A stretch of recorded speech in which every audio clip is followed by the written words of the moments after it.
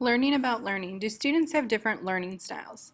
I chose to focus on this topic because I previously thought that all students definitively had different learning or cognitive styles. I would have previously labeled myself as a kinesthetic learner, and as an educator I realized I'd been making judgments about students' cognitive learning styles, which resulted in misconceptions about how students learn and how I've been teaching.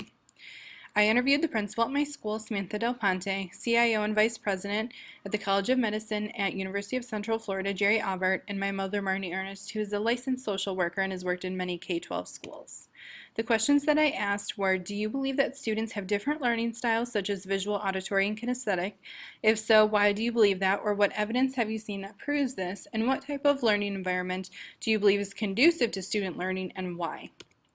Some background information first that I focused on was the differences between cognitive styles and cognitive abilities.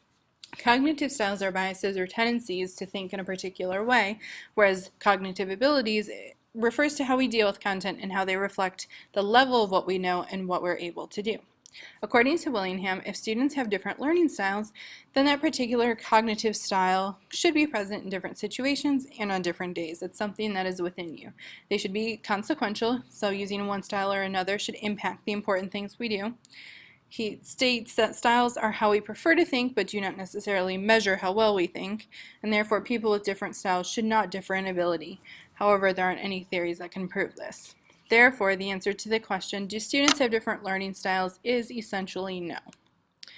The interview with my mom, Marnie Earnest, I sent her the questions over email, and I also had a phone conversation with her in which I had a few different observations. Her automatic answer about different learning styles was yes, similar to some other interviewees. She focused a lot on students with disabilities, which was really interesting because this wasn't addressed in the Willingham article at all, and it was something that I had commented and kind of discussed with another student in our course about the differences with students with disabilities.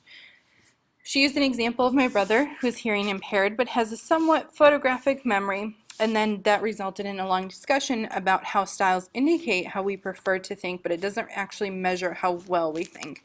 It's measuring the wrong materials, which was something that she had never really heard of before. As far as learning environments go, she talked about different stations and having an open, active learning environment. Willingham, what is found to be true, the prediction that students will learn better when instruction matches their cognitive style is not true because the wrong materials are being measured, as I mentioned before. Therefore, if Jane believes she's an auditory learner and listens to a tape of vocab words, she should then theoretically learn those words better than if she were to just read them.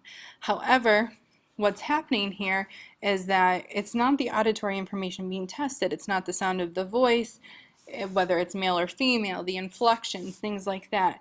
What's actually being tested is the meaning of the words. Therefore, remembering the voice doesn't actually measure whether or not she remembered the meaning of the words.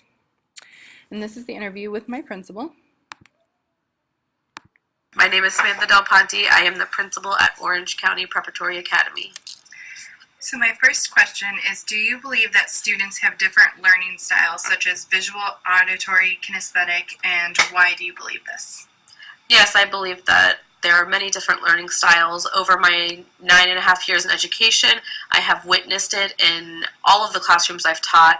Most of my experiences with gifted children, where it's very apparent the different learning styles, they don't always rely on one. Sometimes they combine learning styles, and sometimes they ping-pong back and forth depending on what the task at hand is or what they're learning, what the concept is, and they will decide what's best for them, which learning style they use. And what type of learning environment do you believe is most conducive to student learning, and why? I believe an environment with exploration is most conducive for students.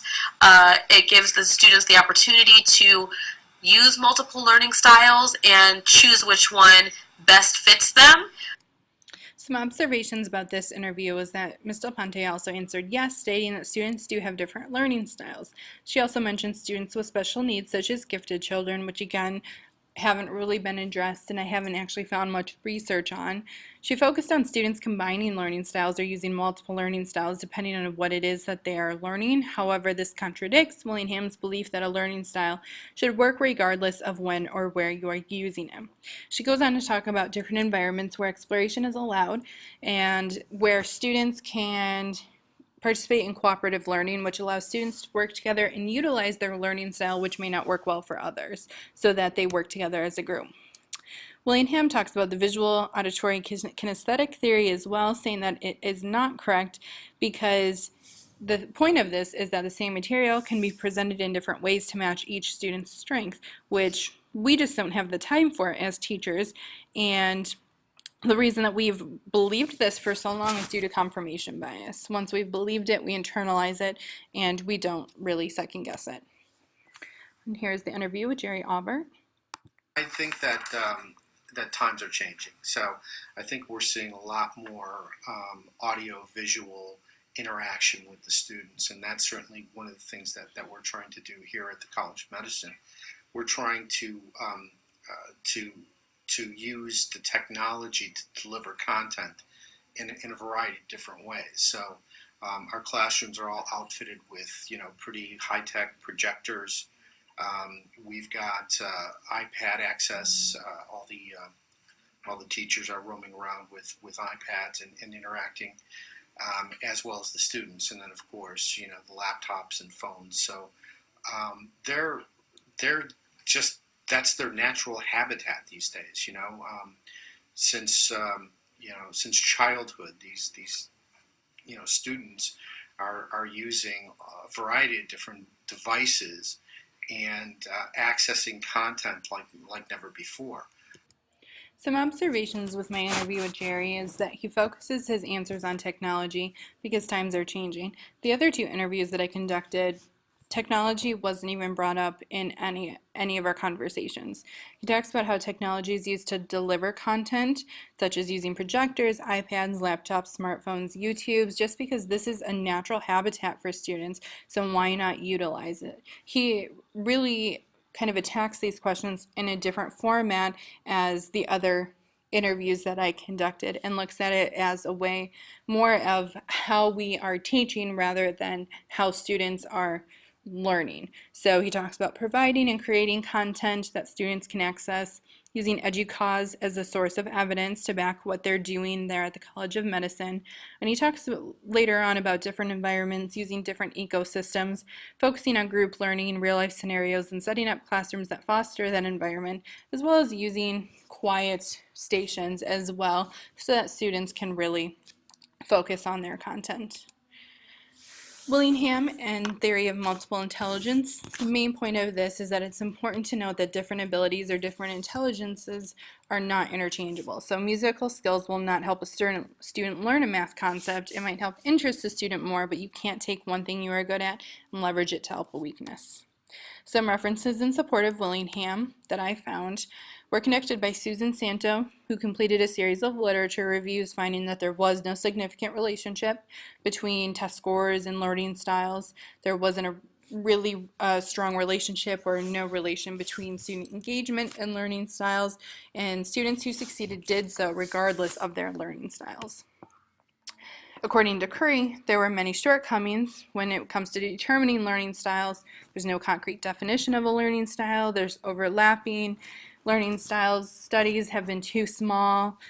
There were extreme scores and many other reasons why you can't really count on this term learning style.